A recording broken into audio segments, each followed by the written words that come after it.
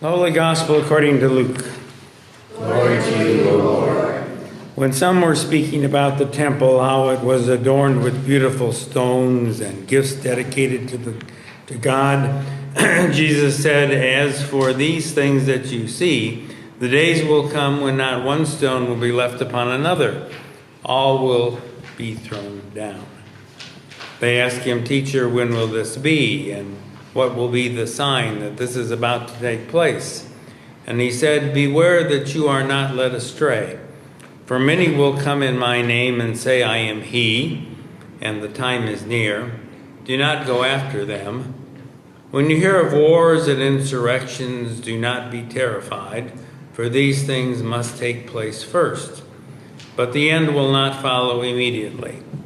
Then he said to them, "Nation will rise against nation, and kingdom against kingdom. There will be great earthquakes, and in various places famines and plagues, and there will be dreadful portents and great signs from heaven. But before all this occurs, they will arrest you and persecute you. They will hand you over to synagogues and prisons, and you will be brought before kings and governors because of my name. This will give you an opportunity to testify. So make up your minds not to prepare your defense in advance, for I will give you words and a wisdom that none of your opponents will be able to withstand or contradict. You will be betrayed even by parents and siblings, by relatives and friends, and they will put some of you to death. You will be hated by all because of my name, but not a hair of your head will perish. By your endurance you will gain your souls." The Gospel of the Lord. Praise to you, O Christ. Please be seated.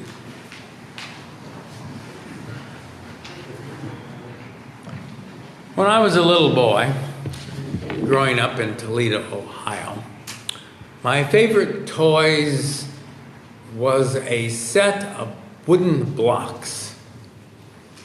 And I loved it when the living room floor was otherwise somewhat empty, so that I could spend what seemed like hours constructing some sort of building.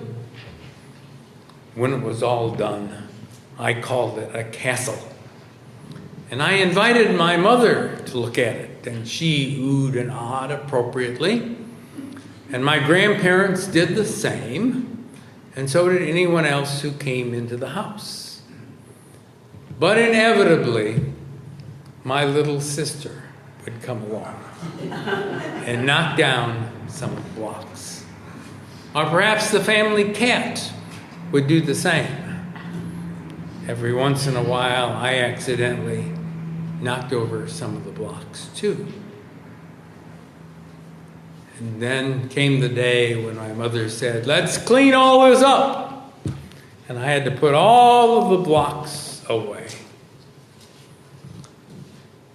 From experiences like that, I learned that nothing lasts forever. I spent most of my life around churches, mostly Lutheran churches, and I know that change is a dirty word in the church. Oh, every once in a while, maybe the choir gets new robes, or maybe the walls in the fellowship hall need painted. But just try to make some change in the worship space. Even change the color of the carpet. Just try a new order of worship. The psalm that we sang today began, "Sing to the Lord a new song." But you just try it.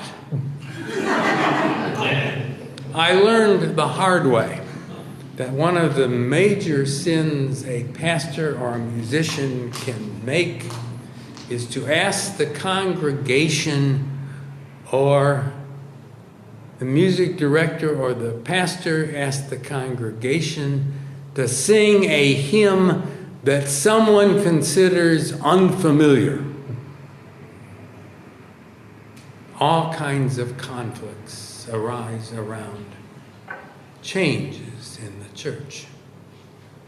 And the same is true other places in our lives. I live not far from Sunrise Mall.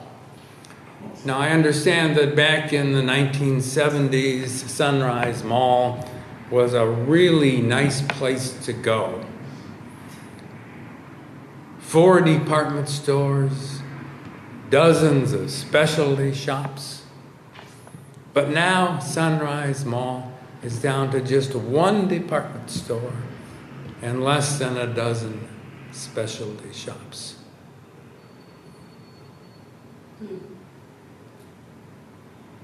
I like to go over to the Sunrise Mall and walk around and get a little exercise and sometimes rehearse my sermon. And the other day, someone came up to me who had a badge on that said press. And he introduced himself. He said, "I am with the Sacramento Bee. And we're doing a story about Sunrise Mall. And I'm responsible for writing about how Sunrise Mall was in its glory days." And I said, "Well, I'm not really the person to ask that question of. I've only lived here about 9 years. So I don't know what it was like in its glory days. But those who do certainly lament the changes that have taken place." In today's gospel lesson, Jesus and his disciples are coming out of the temple in Jerusalem. The temple is a major symbol of the presence, the power of God. And these disciples are duly impressed by the temple. "Look, what large buildings, what large stones," they say. And Jesus says, "Well, that's not going to last. One of these days, all will be thrown down. All will be destroyed." Now, biblical scholars say that he was speaking about 2 different things. One, he was speaking about the literal destruction of the temple by the Romans in 70 AD. But he was also speaking about his own death. The temple that was his body was about to be destroyed. And he says, but don't get too excited about that. Because in 3 days, it will be restored. And here again, he was speaking of his own death and resurrection 3 days later. As I was thinking about this gospel lesson and the sermon that I might put together related to it, I got to thinking about a confirmation curriculum that I used to use with students probably 30 years ago. And there was a song in that confirmation curriculum. I won't sing it to you. You don't want to hear me sing. But the song had these words: "The heat of summer's sun becomes the winter cold. All that now is new will suddenly turn old. What we've had today is here and then it's gone. Nothing stays the same, but the love of God goes on. The love of God goes on like the spinning planet Earth. It's at the heart of all that makes the universe. So I will praise his name. I will raise my voice in song. His greatness I proclaim, because the love of God goes on." The love of God goes on despite all of the changes that we experience in life and in the church. I know that Atonement is in transition. Pastor Holly was here for 12 years. She had a ministry that many of you found very attractive. But now she's retired, and that's fair that she retire. We all like to do that sooner or later. But now atonement needs to look forward to the next chapter. I understand that you're considering the interim pastor, and eventually you'll call someone. But whoever you call will not be Pastor Holly. He or she will have a unique set of gifts, a unique personality. And some people will get upset about that. But remember, nothing stays the same.